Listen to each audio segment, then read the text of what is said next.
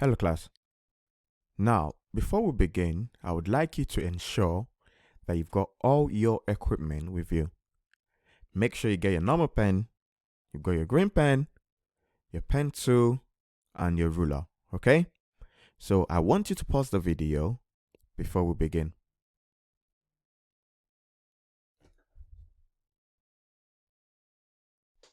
Okay, is everything ready? Brilliant. Now, what we're going to be doing today is looking at measuring distribution, okay? And our learning objective is to understand how the distribution of organisms can be measured. All right. So like we always do, what I would like you to do is to get your pen, okay, write today's date, okay, and write the learning objective neatly.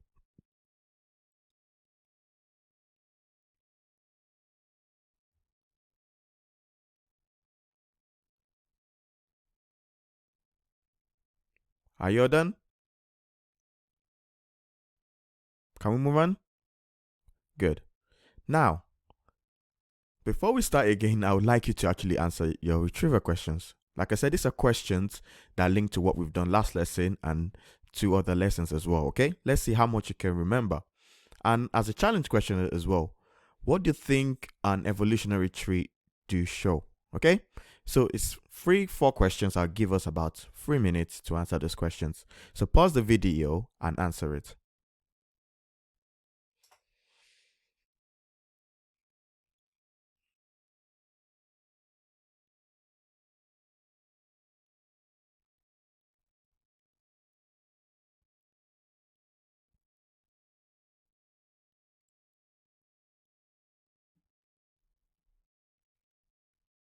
Okay, are you done with the question?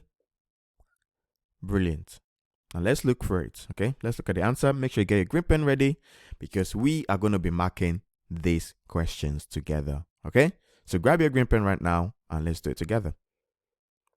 So the first question is asking you, what does a food chain show? Okay, let's see. Now, from last lesson, I remember showing you the different pictures of different animals, and we talked about the energy transfer, okay, and how we've got the original energy source, and then it goes through different animals, the plants, the animals, okay. So the answer for the first one is the food chain actually shows the direction of energy transfer from one trophic level to the other.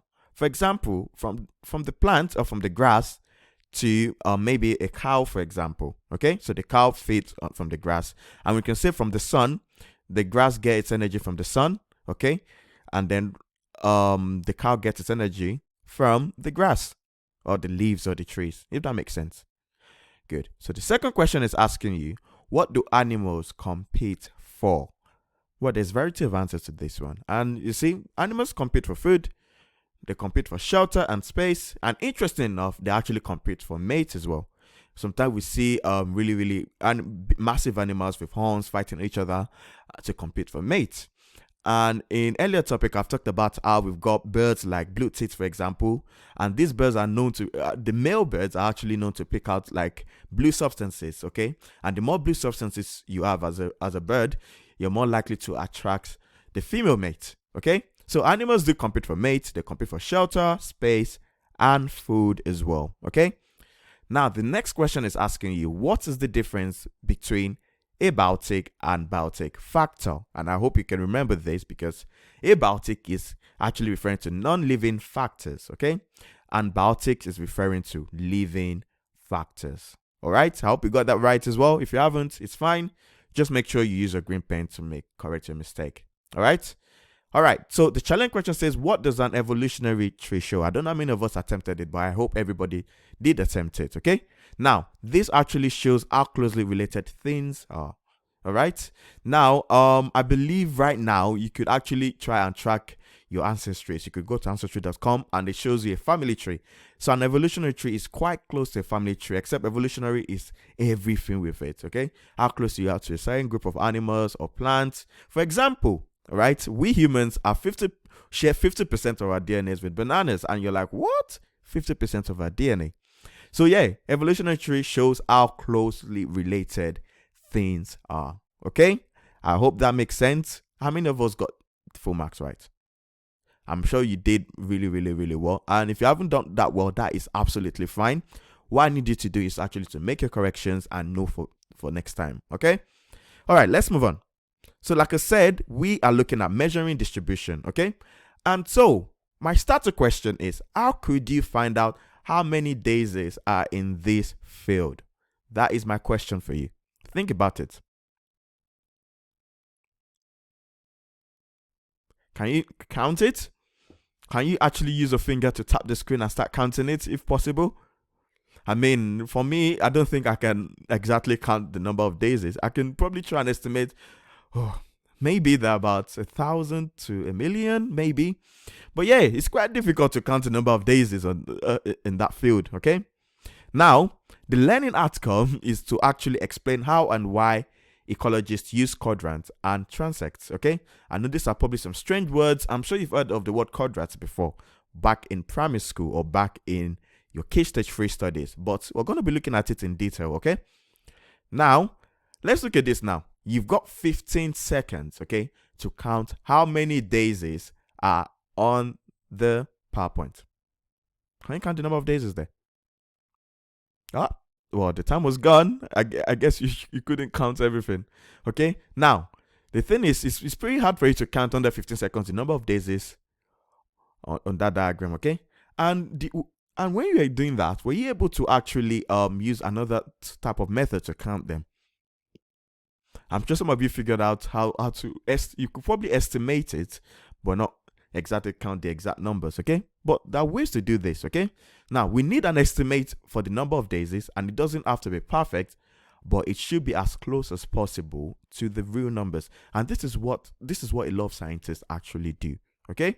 Now, I need you to actually write your first estimate down, then try again, seeing if this will help, because what I'm going to show you is I'm going to show you another thing, the same picture, okay, but something else to assist you in the counting. And let's see. So take your time now and count.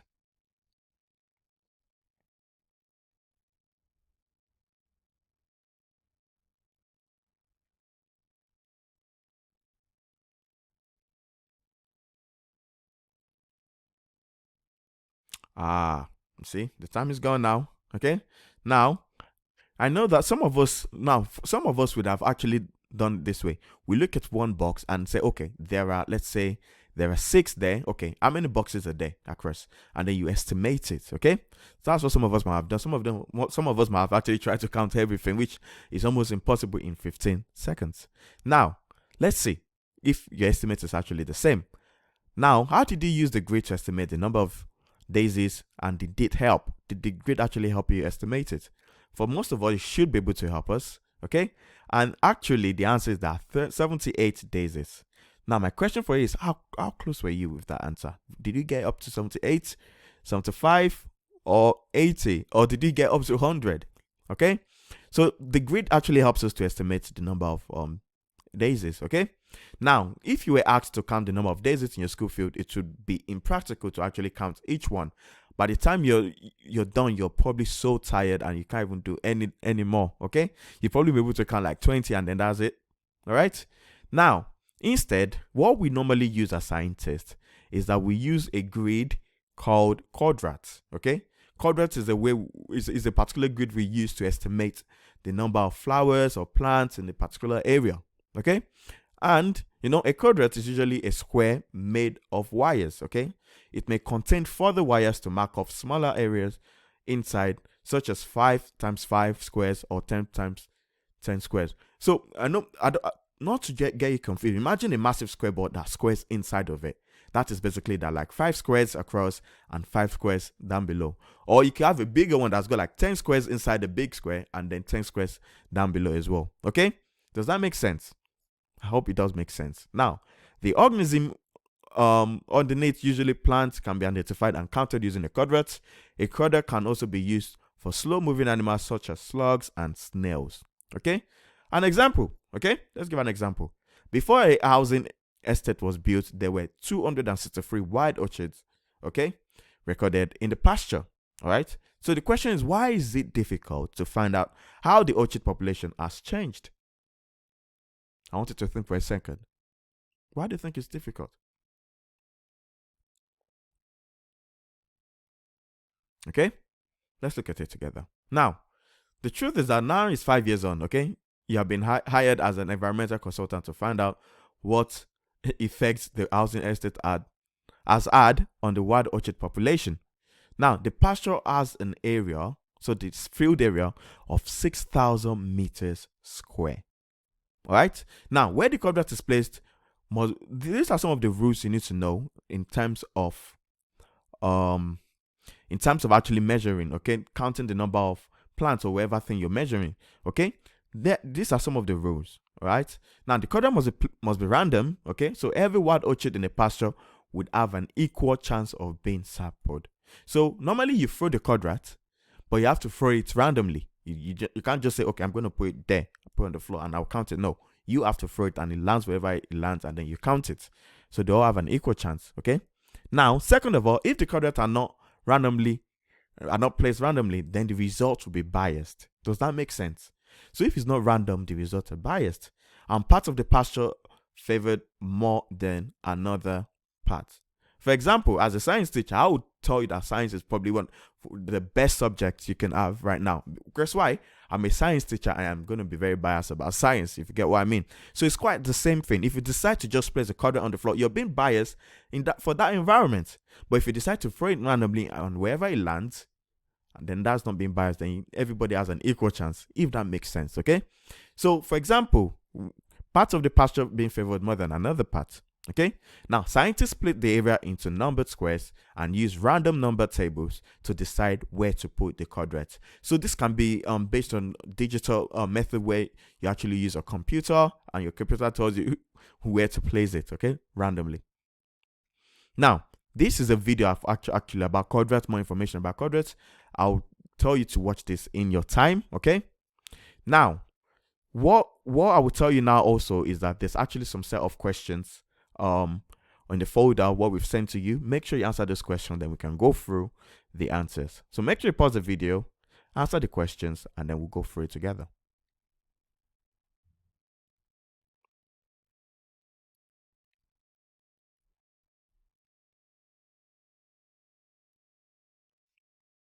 All right, are you all done?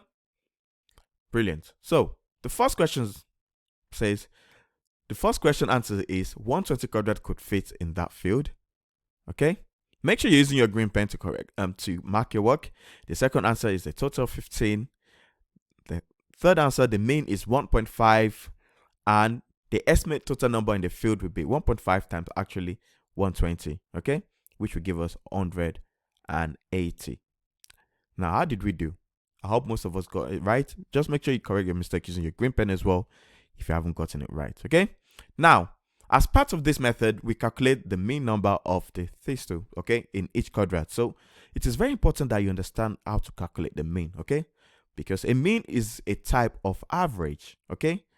And the question now is, what other types of average do you know, and how do we work each and how do we calculate each type? All right, I'm sure you're having a guess of some of the ways we can calculate average. And yes, we've got different ones, okay? We've got the mean, we've got the mode, we've got the median. I'm sure you've heard of those in Key Stage 3 and in primary school, okay? Now, the mean is to calculate the mean, you need to add the value together divided by the total number of values, okay? And to calculate the mode is the value that occurs most often. All right, let's say you're counting different types of flowers, for example, in the field, okay? So the mode can be the ones that occurs most often. The mode is the only average that can have no value, one value, or more than one value. All right, and median is if you place a set of numbers in order, the median number is the middle one, okay? And there are two numbers in the middle. It's the mean of these numbers. So this is where we're going to stop now, and the next lesson we're going to talk more about calculating this and looking at the mean, median, mode. Make sure you send us an email and ask us questions if you do not understand. See you next time.